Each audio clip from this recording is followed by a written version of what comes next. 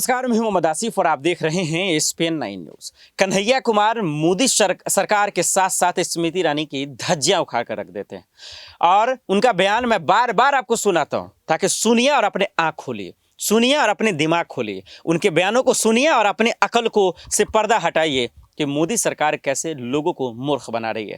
दर्शकों, इन दिनों अडानी घोटाले पर लेकर बवाल मचा हुआ है। संसद से सड़क तक, सड़क से संसद तक, आप सोशल मीडिया से अपने घर तक, घर से सोशल मीडिया पर, यानी कहीं पे महफूज नहीं है। आम लोग हो या फिर एक से बढ़कर एक रईस लोग हो, सब के सब मोदी सरकार पर हमलावर हो रहे हैं। सिर्फ एक सवाल पूछ रहे हैं। आज तो संसद में इतना हद हो गया कि मोदी भाई भाई, मोदी अडानी भाई भाई के नारे तक लग गए। इससे पहले मैं आगे बातचीत को करूं, लेकिन कन्हैया कुमार का एक रिपोर्ट दिखाता हूं कि मोदी सरकार के कैसे धज्जियां उड़ा रहा है। जरा सुनिए। ट्रेंड चल रहा है बॉयकॉट बॉलीवुड वाला, और खासतौर पे हम बात करें चाहे बेशरम रंग हो, काफी राइट विंग ग्रुप्स ने किया है। तो कांग्रेस का इस पे क्या स्टैंड है कि क्या बॉलीवुड को प्रेशराइज किया जा रहा है? और देखिए, जब हम लोग ये प्रेस कॉन्फ्रेंस शुरू किए तो हमने इस्तेमाल किया वर्ड संविधान, संवैधानिक संस्थाएं, तो हम उसी दायरे में रहेंगे ना। मेरा मानना है, हमारी पार्टी ऐसा समझती है कि हर समस्या के निराकरण के लिए संविधान है और संवैधानिक संस्थाएं हैं। मान लीजिए फिल्म से जुड़ा हुआ कोई मामला है, उसको सेंसर बोर्ड देखेगी। जब सेंसर बोर्ड है तो इसका टेंशन हम लोग क्यों लें? वो सेंसर बोर्ड में जो बैठे हुए लोग हैं वो लें, या तो वो पास करें या फेल करें। अब उससे ऊपर अगर कुछ बन गया है तो हम लोगों को नहीं मालूम है।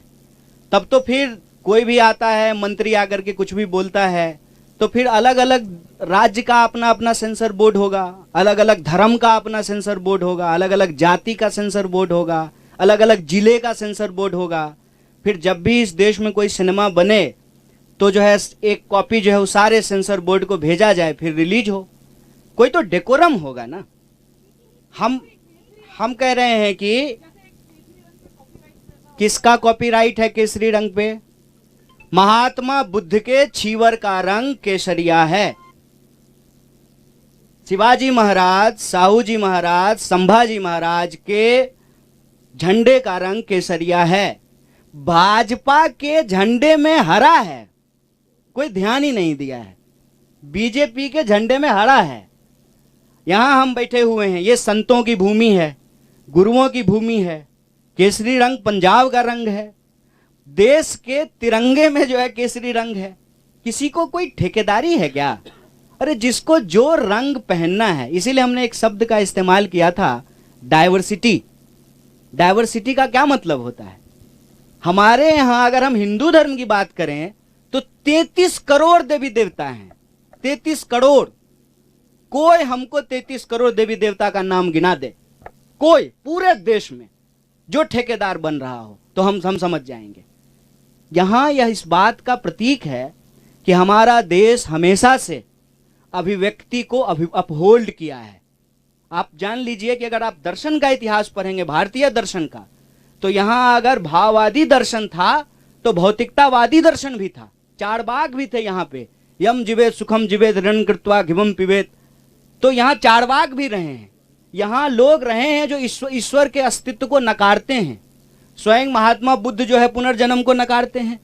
तो हमारे दर्शन में, हमारी परंपरा में, हमारी संस्कृति में विविधता कूट कूट करके भरी हुई है और कोई ठेकेदार नहीं है। हम सब इस देश के नागरिक ने एक किताब को, एक संविधान को अपना सर्वोच्च चीज चुना है, उसको माना है, और उसके आधार पर ही संवैधानिक संस्थाएं बनी हैं। क्या फिल्म में होगा नहीं होगा, ये सेंसर बोर्ड तय करेगा, कोई व्यक्ति तय नहीं करेगा। आपने सुना कि कन्हैया कुमार कैसे आग बबूला हो रहे हैं, प्रेस कॉन्फ्रेंस कर रहे हैं। हालांकि पुराना वीडियो है, लेकिन फिर भी मैं बार बार आपको सुनाता हूं। पता है क्यों?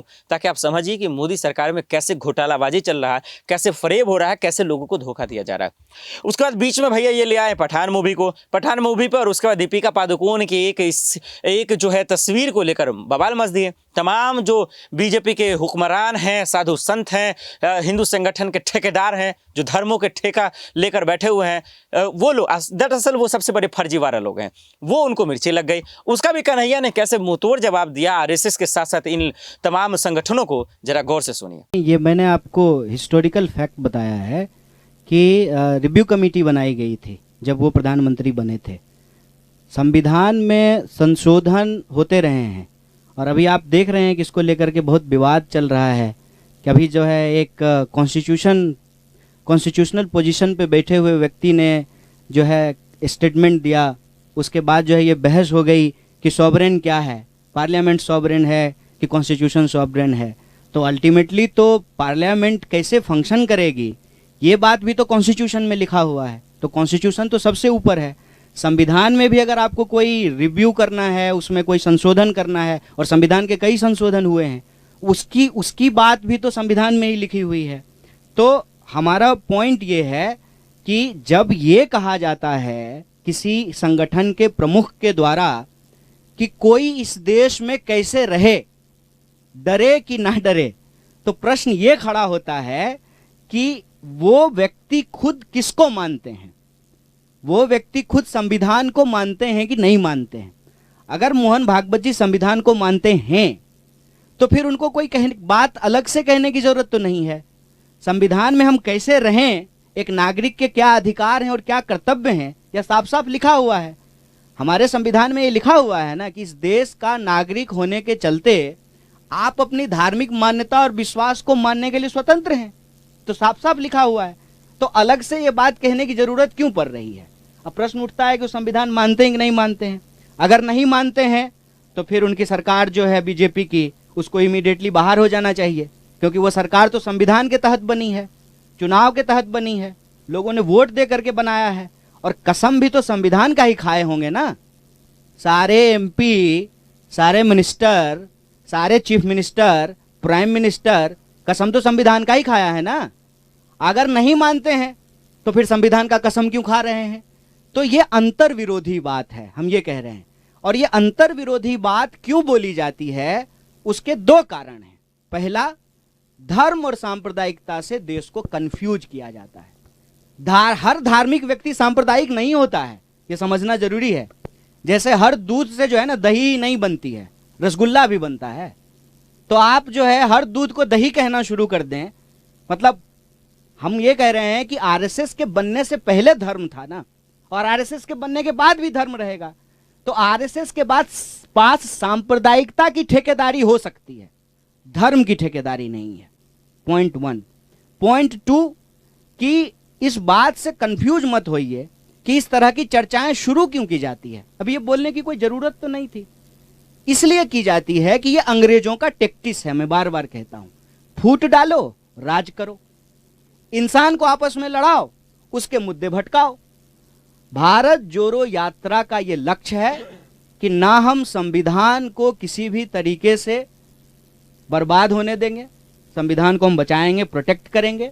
और संविधान में लोगों के ही अधिकारों की बात है, तो उनके जो मुद्दे हैं, रोजी रोटी, कपड़ा, मकान, शिक्षा, स्वास्थ्य, सड़क, बिजली, पानी, उसको प्रमुखता से उठाएंगे। दोनों वीडियो आपने देखा, दोनों वीडियो को देखकर आपके समझ में तो आ गया होगा कि दरअसल आज बीजेपी हिंदू मुसलमान के नाम पर कैसे लोगों को मूर्ख बना रही है और उन्हें गरीब होने पे मजबूर कर रही है।